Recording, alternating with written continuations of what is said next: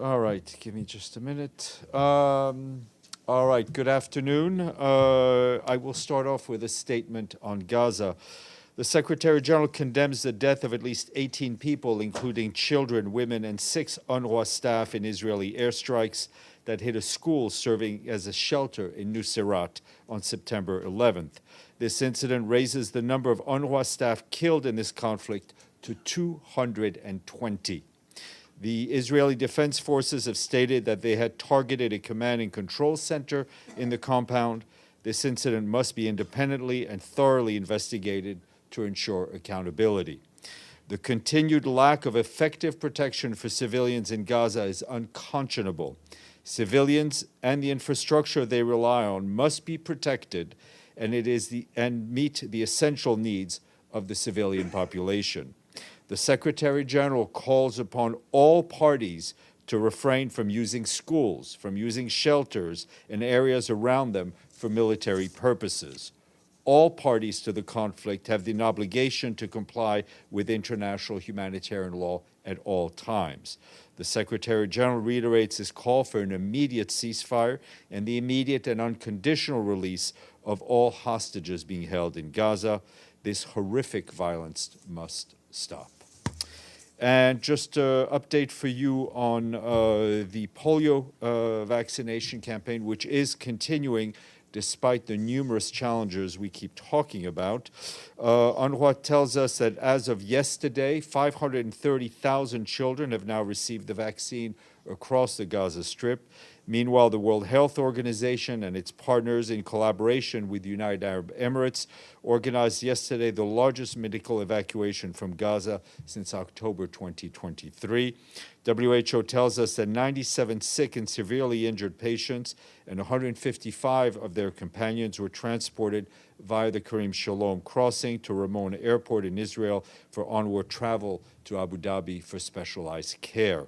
In the West Bank, we continue to follow the developments there with concern and have been updating you about these for the last several days. Meanwhile, the economy in the Palestinian territories has been heavily influenced by this ongoing conflict.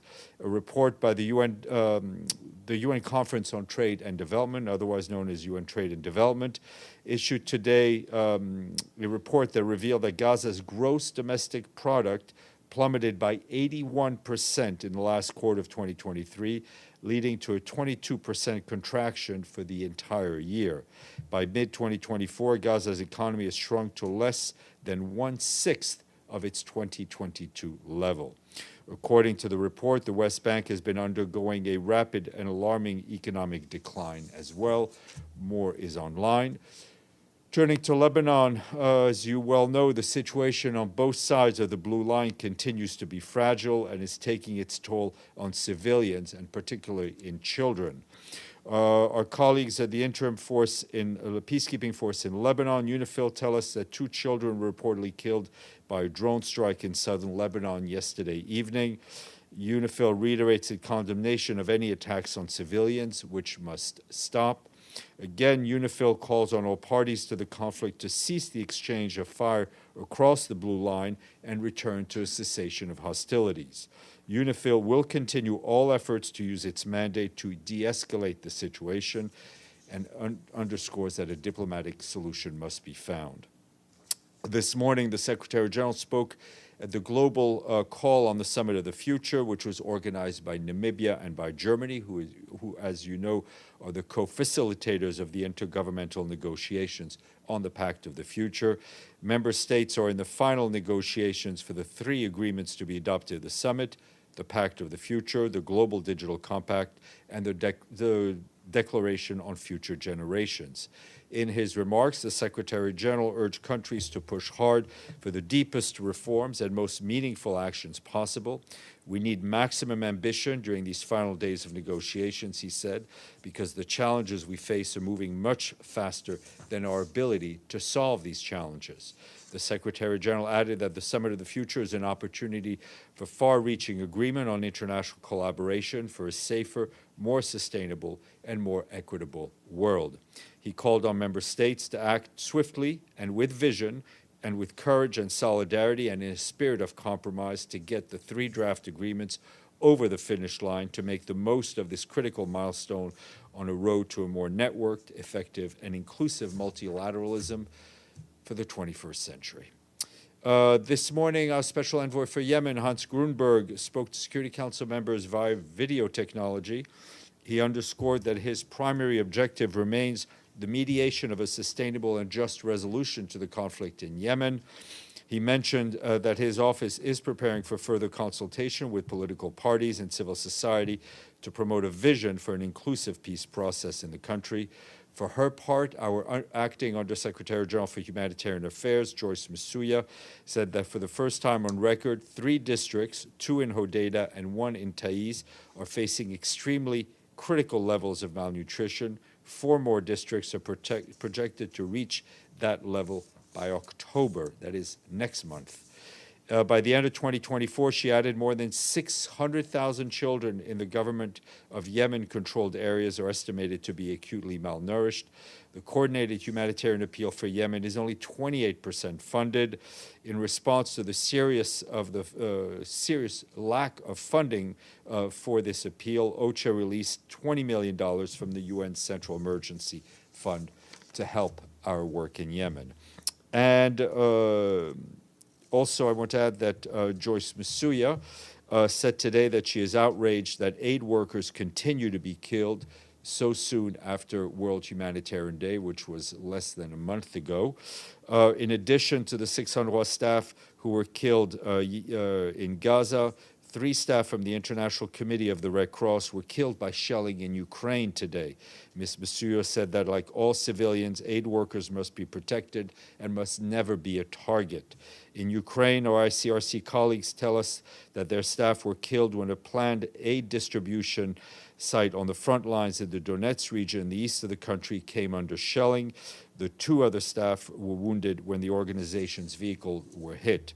We stress the need for respect of international humanitarian law, including taking every precaution to ensure that these engaged in humanitarian activities are not targeted or caught up in hostilities. We, of course, extend our most heartfelt condolences to our colleagues at the International Committee for the Red Cross. Today's deadly attack in Donetsk come amidst growing hostilities in other parts of Ukraine. In the northeast of the country, aid workers are responding to an attack that struck the Subi region overnight. Authorities say civilians in the town of Konotop were injured and homes and civilian infrastructure were also damaged, leaving the town with no power and no water.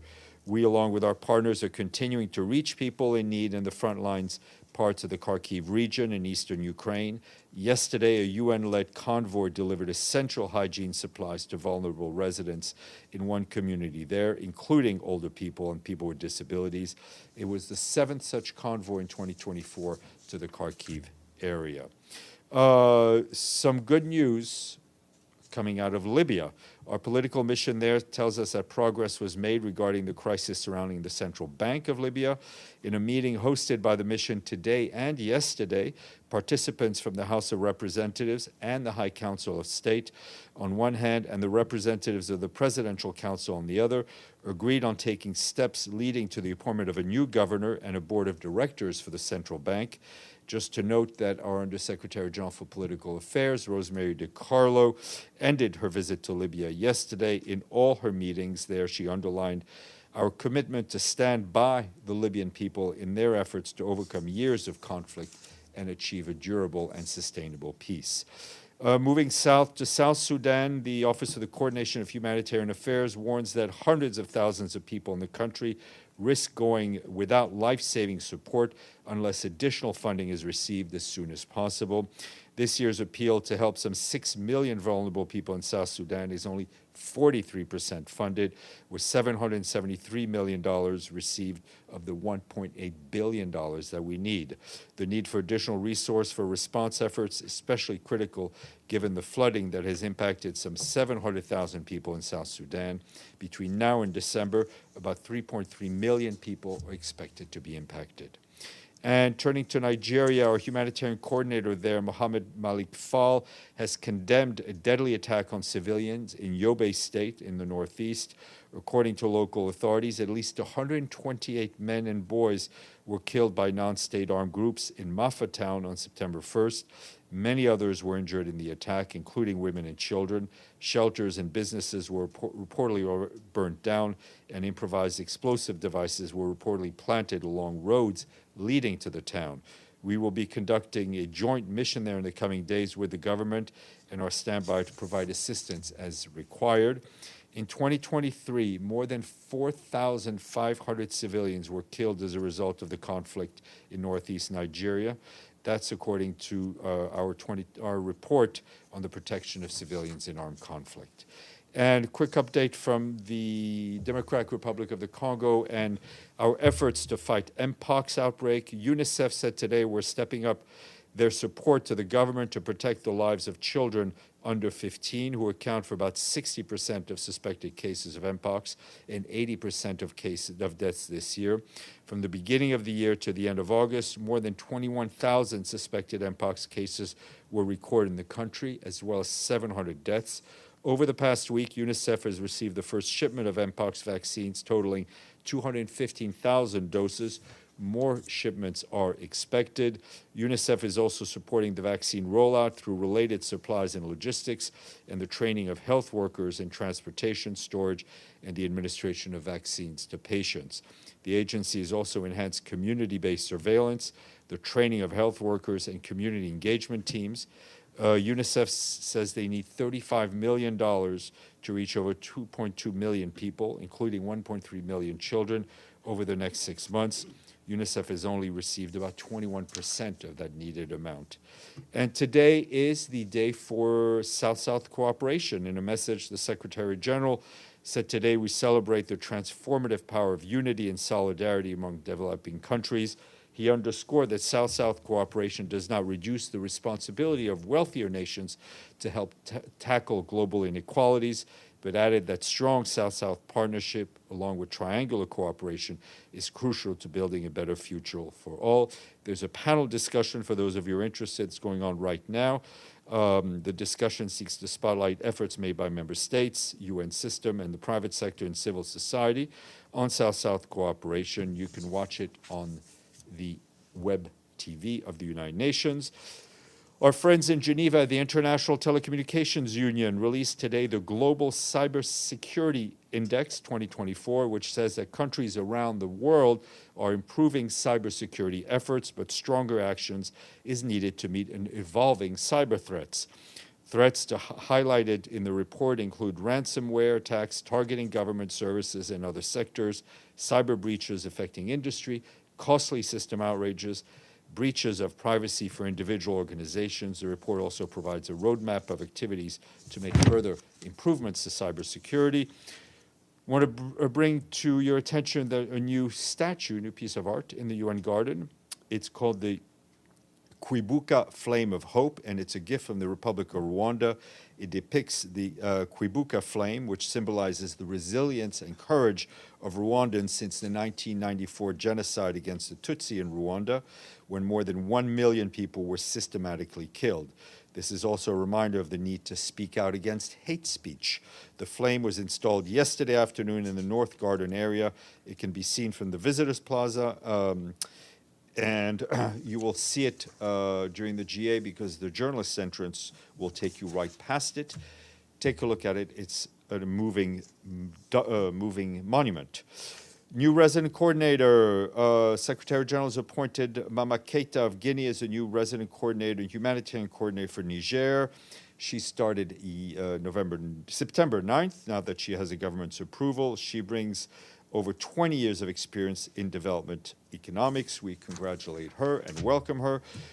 Speaking of welcoming, tomorrow I will be joined virtually from Amman by Laila Bakr of the UN Population Fund. She is the Arab States Regional Director who just concluded a visit to Sudan, a forgotten crisis. She will share with you what she witnessed on the ground, the suffering of the Sudanese people, including especially women and girls who struggle to obtain life-saving sexual and reproductive health services and protections from all forms of sexual and gender-based violence. No money. Sorry, Benno. Go ahead. Thank you. I have two questions. The first one is about the upcoming announcement by the United States that it will support 2 permanent seats for Africa in the United Nations Security Council. However, they don't want the veto rights to be expanded nor abolished all in all. My question to you is, what does the Secretary General think? Can there be a credible Security Council reform without the reform of the veto right? I think the announcement is an important one. It's a welcomed one.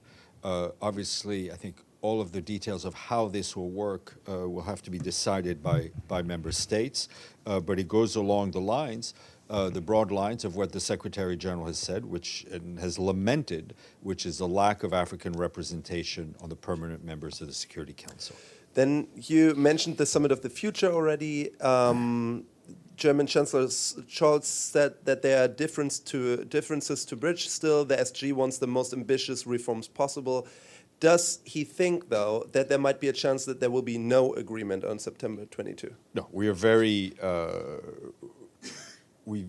No is the short answer to your question. We believe there will be an agreement, and I think we're very thankful for the efforts of the Federal Republic of Germany and for Namibia for co-leading the negotiations on the pact. Okay, then let me follow up. I mean, like, the SG says he wants a very ambitious paper. I've seen how ambitious it looks right now, and it does not that much. So would he say better a bad deal than no deal? No, he would not say that. I think he remains determined, and he hopes that the member states remain determined to find a way forward to bring the agreement across the finish line. Gabriel, then Benny. Thank you, Steph. Going to the UNRWA school shelter attack by Israel, Israel has already targeted, just in the last couple weeks, a UN convoy World Food Program. This week, as you know, another UN-marked convoy, and now we have 6 UNRWA employees, not to mention over a dozen civilians that are killed. Clearly, deconfliction isn't working. It hasn't worked. So what more can the Secretary General do to stop his staff members from being killed? Well, I think the question should also be directed at other parties in this conflict. We are working as hard as we can to keep that balance between keeping our staff safe and delivering the humanitarian aid that civilians so desperately need in Gaza. And we will continue to move forward on that. We've raised these issues at the highest levels of the Israeli government, and we will continue to do so. Israel's coming out and again saying that several of the 6 UNRWA staff members were combatants, were fighters, were part of Hamas. Do you have any evidence of that? No, we've heard what they said, and I referred it to it in the statement. We have no way of, we're not in a position to confirm it, to deny it. Our focus is on humanitarian help. What is clear to us is that no one in this conflict, and all parties, and I do mean all parties, should never use civilian infrastructure as a place from which to launch attacks, to target attacks. The use of human shields has been condemned, and we will continue in that direction. Benny. Mr. Pinati, to you. 2 questions Mr. What? about Mr. that. Pinata, yes, sorry. Yes. 2 questions about that, well, never forgotten conflict. Yeah, no, I understand what the you're not talking Sudan about. one. Yeah, no, I understand. First of all, in your statement, or the SG statement, you name the party that attacked that school. Then you say, urge all parties to refrain from using facilities. Which parties are those? I mean, that would include the Palestinian groups that are operating in Gaza, whether it's Hamas or Palestinian Islamic How come Jihad. the The word Secretary Hamas is General, never mentioned in the that? Secretary General has used that word very directly on a number of times, and But not in this case. I'm using it now, and he's used it in a number of times. All right, so second question is, Israel named 9 Hamas operatives, names, ranks, and so on, that were killed in that attack, according to their information.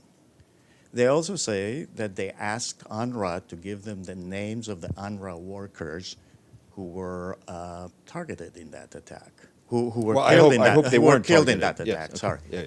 And they say that UNRWA is yet to give them the names. Do you have the names? I'm sure. Listen, the whether it's the or foreign ministry colleague, the foreign ministry in Israel or Kogat or the IDF. No, it's they your counterpart. They have at, the phone IDF. numbers of at UNRWA, and UNRWA has the phone numbers. I'm sure that I'm sure they're speaking to each other. I don't have any information here. Well, We're also not releasing the names publicly of people who've been killed is an issue for the family members, but I'm sure that the Israeli authorities and UNRWA can have a constructive dialogue on this point. Well, your counterpart at the IDF, they have a spokesman, Yeah. said that they requested names. They didn't say for Well, I don't know publications. who did they didn't- request it of. I don't know Well, either. I mean, so I think I'm people asking can you pick up the because phone. you're a spokesman I for the understand. Secretary General and Yeah. to the UN, which UNRWA is part of. I understand. And UNRWA, I'm asking you for a comment on My- an my com- allegation my that was co- made. my comment- An my- allegation. Wait, let me finish my question, please.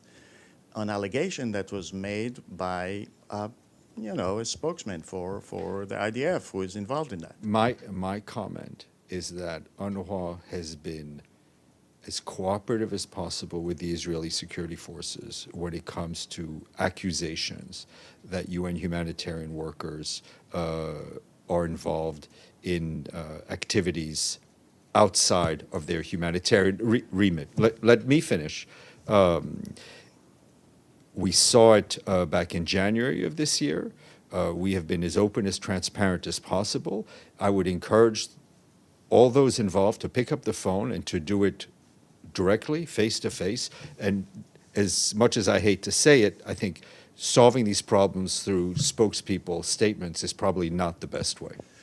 So you're not answering my question. I'm My answering. question is- I am answering your Let me question to the ask- best of my Let me ability. ask it a little more focused, maybe. Is there a list of the names of UNRWA who were killed? And if so, was it conveyed to the Israeli authorities? UNRWA knows who was killed. If whether or not it was conveyed to the Israeli authorities, that's not a question I can answer from here. What I'm saying to you, if there are any issues between the Israeli security forces and UNRWA, they are best dealt directly. Well, there obviously are. Well, Deji. I'll follow Benny. I'm sorry. So continue that incident. Obviously, there are conflicting information from UNRWA who said they are not aware of this request from Israel, but IDF said they have repeatedly requested the names of those people who got killed there. Please follow this up, and if you got any updates, please share with us, not the names, but whether you have already communicated with Israel on this. Yes. No, go ahead. Okay. So my Less I question. speak, the better. Yeah. Okay. Good. Sorry. My question is, do you have any knowledge before this attack? How many UNRWA staff was in that school? Large number. I don't have the exact number of how many. I mean, you could ask our UNRWA colleagues. I don't have that data with me. So according to the statement, it particularly said that that IDF stated that they had targeted the command and control center in this compound, and this incident must be independently and thoroughly investigated to ensure accountability. If this is an UNRWA-run school, why UN is not in the position to tell whether this place has been used by Hamas as a command and central control center? I think one. I mean, you can just say no. It's not running as a It is by Hamas. It is UNRWA. This is an UNRWA shelter, run by UNRWA. If anyone is misusing, They would know.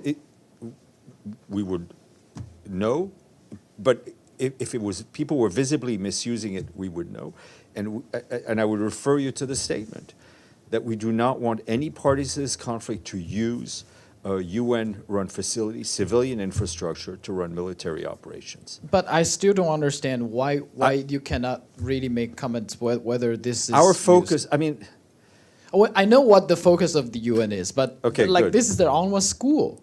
I understand it's an UNRWA school. Yeah. So why don't It is run as, it is a shelter, it is a humanitarian center. It is there to protect the lives of people. So there is no visual. Let me put it this way: there's no visual evidence that this school has been used as a command and We control have center. no evidence. Okay. Okay.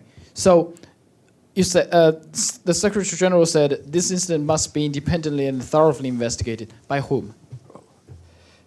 I think. If you don't I clarify understand, yourself, but I think we they need. will. I think we need. To, first of all, one can imagine that it is difficult to investigate anything while this conflict is going on. As I've Exactly. said, as I've said, once this conflict is over, there will need to be accountability. Okay, Vladimir. Thank you, Stéphane. In addition to the Russian exploits you mentioned, today Russians launched a missile attack in the Black Sea on a civilian ship carrying grain from Ukraine to Egypt, just after the ship left Ukrainian territorial waters. Do you have any comments on these actions of Look, Putin's Russia? what I can tell you is that the Secretary General condemns all attacks wherever they occur against civilians, against civilian infrastructure, and the latest strikes. Sorry, this is yet another example of the risk to the global economy, to global trade that we've seen in that region. It's a stark reminder that vessels continue to face threats in the Black Sea, ensuring the safety and sustainability of agricultural exports passing through the Black Sea remains a critical for supporting global food security and keeping global prices under control. Edie. Thank you, Steph. On Yemen and the Houthi detentions of UN staff and so many others, has the Secretary General reached out to the Houthis' leaders to actually try and get Yeah, I mean, those people his released? representative, Mr. Grunberg, has on a number of times, as well as the resident coordinator, Julian Harness. But no The Secretary higher General has level has official. not had any direct contact. Okay.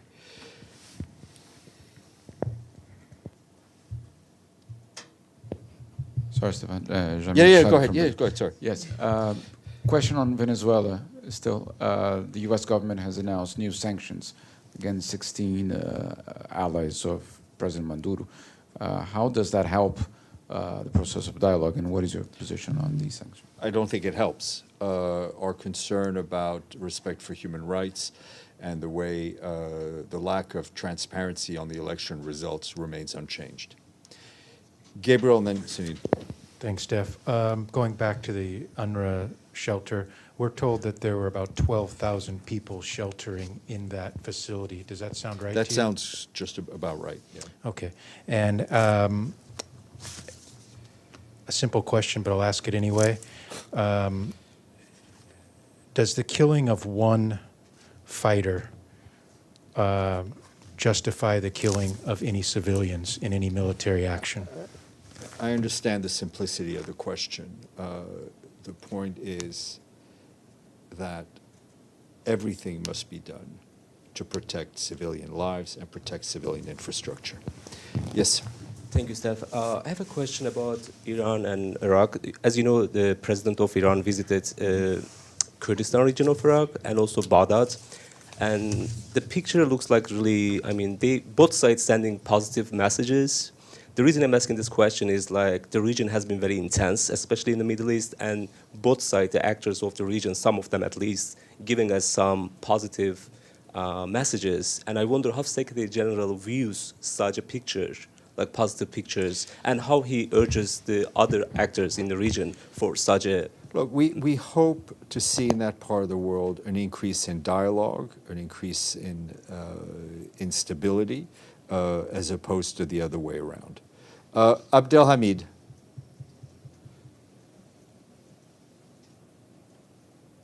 Thank you, Stéphane.